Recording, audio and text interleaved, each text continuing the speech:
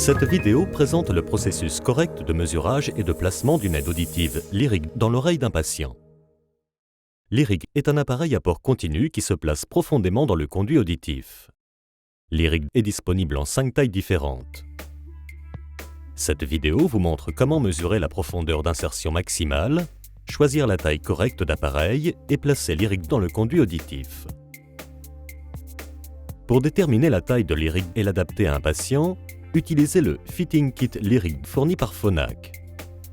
Il contient tout le matériel nécessaire, à savoir des gabarits de longueur pour déterminer la profondeur d'insertion maximale, des gabarits d'appareil pour déterminer la taille correcte d'appareil, du lubrifiant et un outil d'insertion pour l'insertion du gabarit et de l'appareil, un Soundlink pour contrôler les appareils,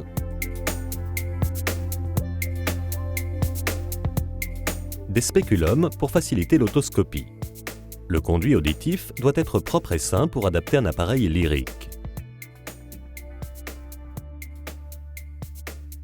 Toute trace de cérumen doit être éliminée et d'éventuelles contre-indications doivent être écartées avant d'engager le processus de mesurage et d'adaptation. Une otoscopie minutieuse est essentielle pour bien visualiser le conduit auditif. Une fois que le conduit auditif est propre et s'il n'y a pas de contre-indication, le mesurage de l'oreille peut commencer. Le processus de mesurage pour lyrique comporte 2 étapes. La première étape consiste à déterminer la profondeur d'insertion maximale à l'aide du gabarit de longueur. La deuxième étape consiste à déterminer la taille correcte d'appareil à l'aide des gabarits lyriques. Faites toutes les mesures sur une oreille avant de passer à l'autre oreille. Lyrique peut être mis en place aussitôt après avoir déterminé sa taille avec succès. Commencez la procédure de mesurage avec un gabarit de longueur. Le gabarit de longueur a une extrémité souple, comparable à une sonde de mesure in vivo. Des bandes repères de couleur, une tige et une poignée. Pour faire la mesure, prenez la tige du gabarit de longueur entre votre index et votre majeur. Localisez le méa postérieur. Ce sera votre point de référence pour le processus de mesurage et de placement. Insérez le gabarit de profondeur dans le conduit auditif en restant sur la face inférieure du conduit. Relevez votre index de la tige.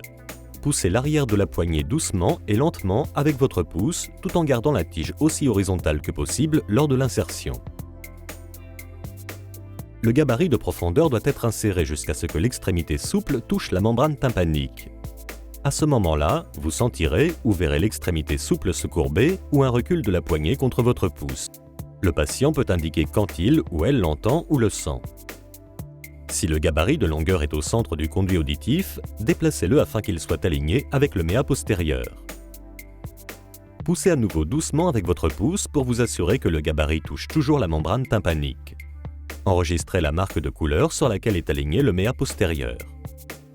Référez-vous au diagramme du gabarit de longueur pour déterminer la profondeur maximale d'insertion. Dans cet exemple, le conduit auditif a une profondeur d'insertion maximale pour lyrique de 10 mm. Placer l'appareil à cette profondeur positionnera l'extrémité du gabarit et de l'appareil à environ 4 mm de la membrane tympanique. Si le méa postérieur est aligné au niveau de la tige, au-delà de la bande repère bleue, estimez sa position. Si le méa postérieur est aligné au niveau de l'extrémité souple du gabarit de longueur, le conduit auditif est trop court et contre-indiqué pour lyrique. Après avoir déterminé la profondeur d'insertion maximale dans l'oreille, vous pouvez maintenant définir la taille de l'appareil lyrique. Les gabarits lyriques sont les répliques des appareils. La manipulation et le placement sont les mêmes que pour les appareils réels. Les gabarits et les appareils lyriques sont fournis en 5 tailles, identiques pour les oreilles droite ou gauche. Notez que le gabarit XS est blanc au centre, le S est vert, le M est jaune, le L est orange et le XL est violet. Ils ont un point noir qui indique la direction de la partie supérieure du conduit, une poignée et une boucle d'extraction qui est utilisée pour placer et maintenir l'appareil sur l'outil d'insertion ainsi que pour le retirer. L'outil d'insertion peut s'utiliser soit de la main droite, soit de la main gauche. Pour tenir l'outil, utilisez le pouce et placez 2 doigts dans l'anneau de tension et dans l'anneau fixe. Pendant le processus de mesurage, vous utiliserez le curseur pour déplacer l'anneau de profondeur vers l'arrière ou vers l'avant. Ceci correspond au nombre sur les marques de profondeur permettant de déterminer la profondeur correcte d'insertion. Commencez la mesure avec le gabarit S. Pour placer le gabarit, vous utiliserez le crochet de placement, l'encoche de placement et l'encoche de la poignée. L'encoche de retrait est utilisée pour retirer les gabarits ou les appareils du conduit auditif. Pour commencer à placer le gabarit, tirez l'anneau de tension aussi près que possible de l'anneau du pouce.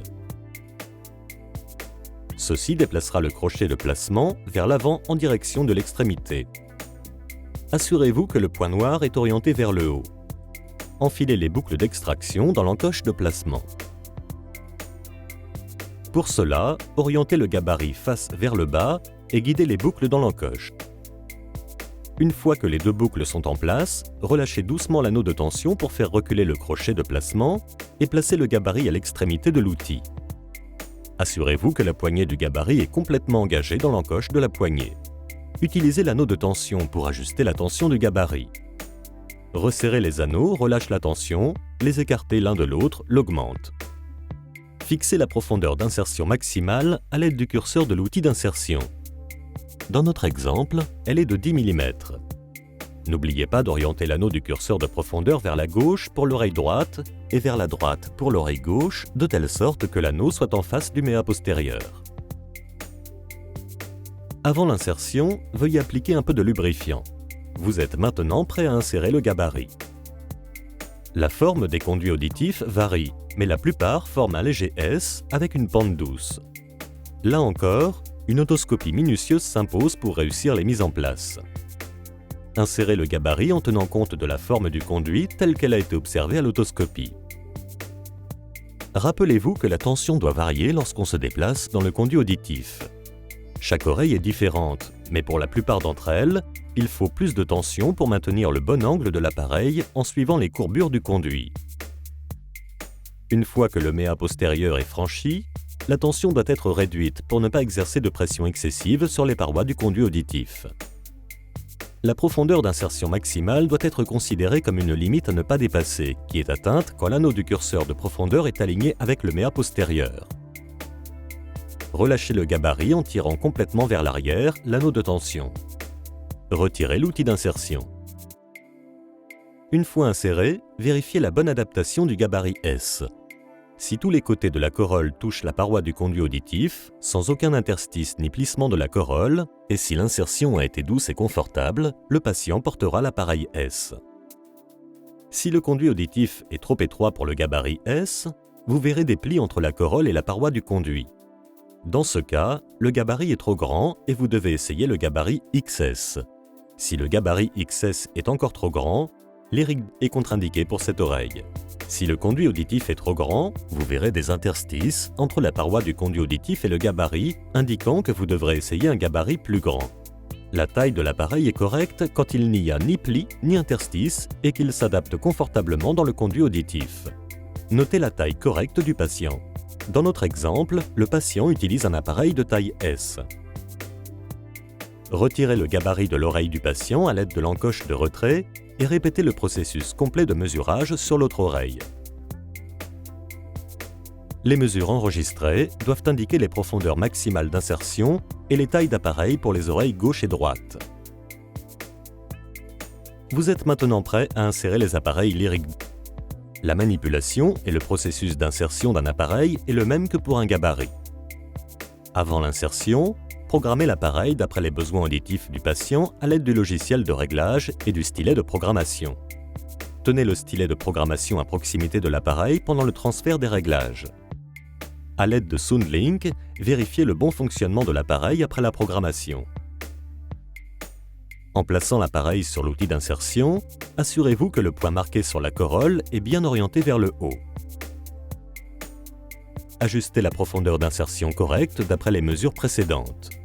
Dans notre exemple, 10 mm. Avant d'insérer l'appareil, pensez à remettre du lubrifiant si nécessaire. La profondeur d'insertion maximale doit être considérée comme une limite à ne pas dépasser, qui est atteinte quand l'anneau du curseur de profondeur est aligné avec le méa postérieur.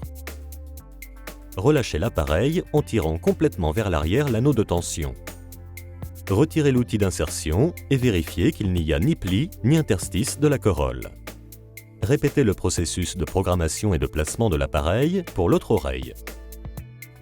Si un ajustement des réglages est nécessaire, tenez le stylet de programmation à l'intérieur de l'oreille et transférez les réglages requis dans l'appareil. Vous avez maintenant défini et mis l'irrigant en place avec succès.